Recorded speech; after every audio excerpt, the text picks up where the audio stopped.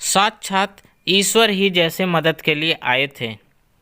31 जुलाई 2019 का दिन सब सामान्य दिनों की तरह ही यह दिन भी दोपहर के 1 बजे तक सामान्य था।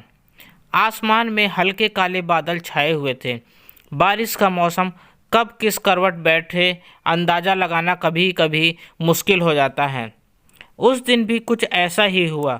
दोपहर के 1:30 बजे बादलों की तेज गड़गड़ाहट के साथ बारिश शुरू हो गई। निसंदेह बारिश बहुत तेज थी, किंतु उसके आने वाले उग्र रूप का अंदाजा न था। हर बीतते पल के साथ बारिश तेज होती जा रही थी। नेहा अपने कमरे की खिड़की में बैठ बाहर का मौसम देख रही थी। नेहा बेटा, खिड़की बंद कर दो, मौसम ठंडा है और ऐसे मौसम में तुम्हें ठंडी हवाओं से बचना चाहिए। अपनी तबीयत का ध्यान रखो, अनीता जी ने अपनी बहू नेहा से कहा। जी मम्मी, कहकर नेहा बिस्तर पर लेट गई और अनीता जी भी अपने कमरे में चली गईं। नेहा गर्भवती थी और 9वां महीना बस शुरू ही हुआ था। दोनों सास बहू घर में अकेली थीं। नेहा के पति अतुल अहमदाबाद में जॉब करते थे और नेहा अपनी सास अनीता जी के साथ बड़ोदरा में रहती थी।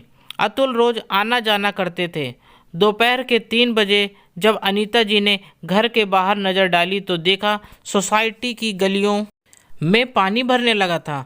वो थोड़ी चिंतित हुई और नेहा से बोली, नेहा जरा अतुल को फ़ोन करो, आज जल्दी निकल जाए ऑफिस से और घर भी जरा जल्दी पहुंच जाए।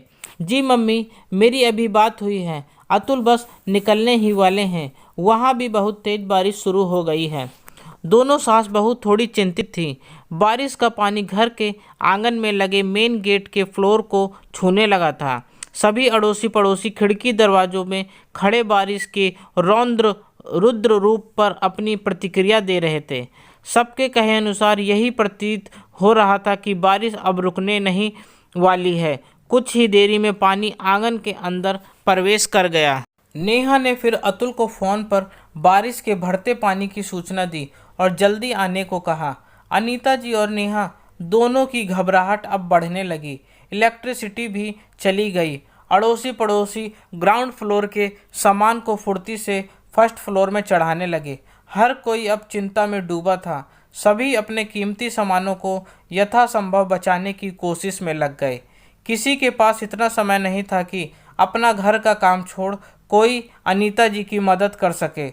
वृद्ध अवस्था के चलते अनीता जी और गर्भ अवस्था के चलते नेहा दोनों ही सामान शिफ्ट करने में असमर्थ थे।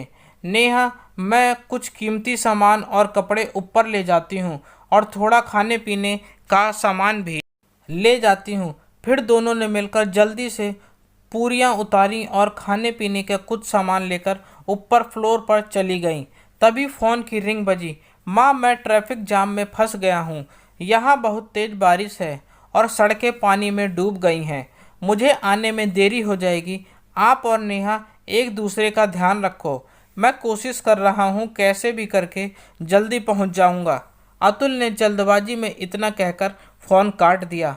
अतुल की बात सुनकर नेहा और अनीता जी दोनों के चेहरे पर चिंता के बादल छा गए। नीचे झांक कर देखा तो बारिश का पानी हॉल के अंदर पसर चुका था।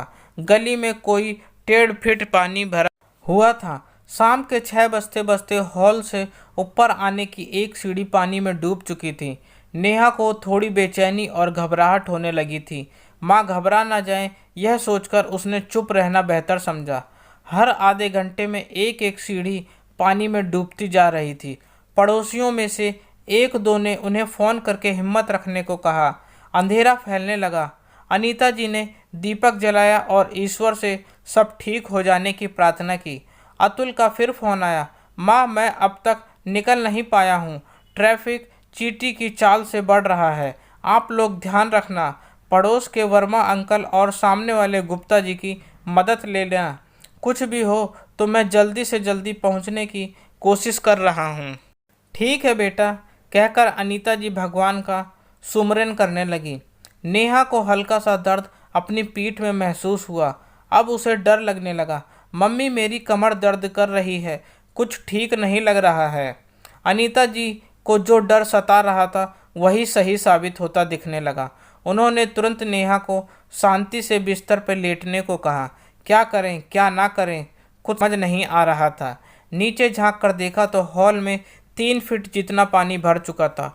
कुछ देर नेहा का मन बहलाने को यहाँ वहाँ की बातें करती रही कि अचानक नेहा के मुंह से एक आह निकली। माँ, मुझे अब ठीक नहीं लग रहा, घबराहट हो रही है और कमर दर्द बढ़ रहा है। शांति रख बेटा। अनीता जी ने अतुल को फ़ोन करके बता दिया कि अब नेहा को अस्पताल ले जाने का समय आ गया है और वे कोई रिस्क नहीं लेना चाहती। बेटा, घर में 3 फीट पानी है और गली में 4 से 5 फीट पानी भरा है। क्या करूं? एम्बुलेंस भी नहीं आ पाएगी। तू भी घर तक कैसे पहुंचेगा? अनीता जी लगभग रुआसी हो गईं।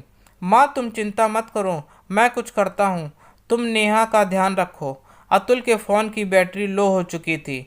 नेहा, हिम्मत रख बेटा, अतुल आता ही है। अंदर से घबराई हुई अनीता जी नेहा को तसल्ली दे रही थीं। 8 बज चुके थे। बारिश की रफ्तार कुछ धीमी तो हुई, किंतु पानी का भरना जारी था। घर के अंदर 7 फीट पानी भर चुका था। अनीता जी का घर जिस एरिया में था वह थोड़ा निचला इलाका था, इसलिए पानी सब तरफ से उसी ओर आ रहा था।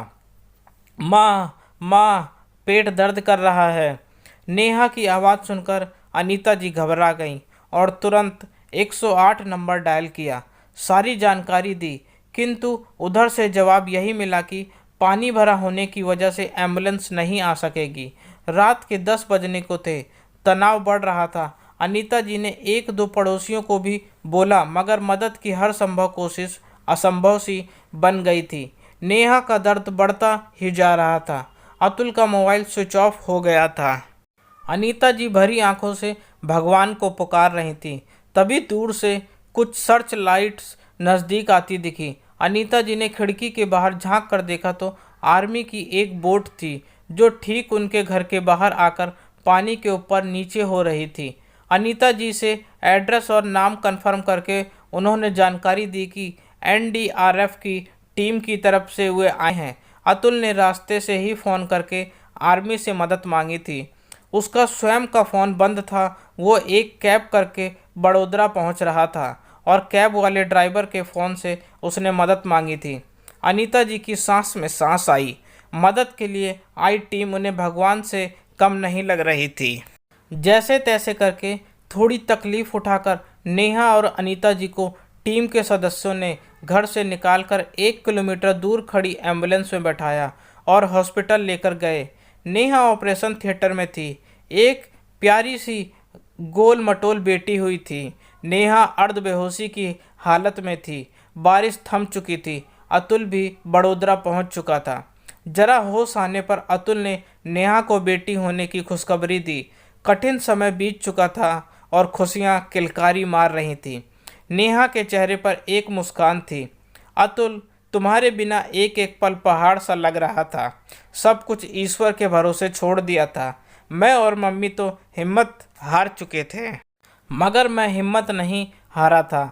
नेहा, मुझे अपनी आर्मी का पूरा भरोसा था।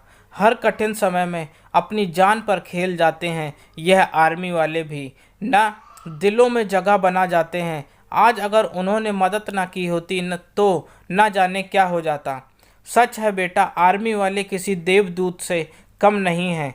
उन्हें देखकर यही लग रहा था जैसे साक्षात ईश्वर ही मदद के लिए आए हों। अनीता जी ने कहा, अतुल, मैंने तय किया है कि हम अपनी बेटी का नाम आर्मी रखेंगे। दर्द में भी मुस्कुराती नेहा ने कहा। सुनकर सबके चेहरे पर सहमति की एक मुस्कान तैर गई।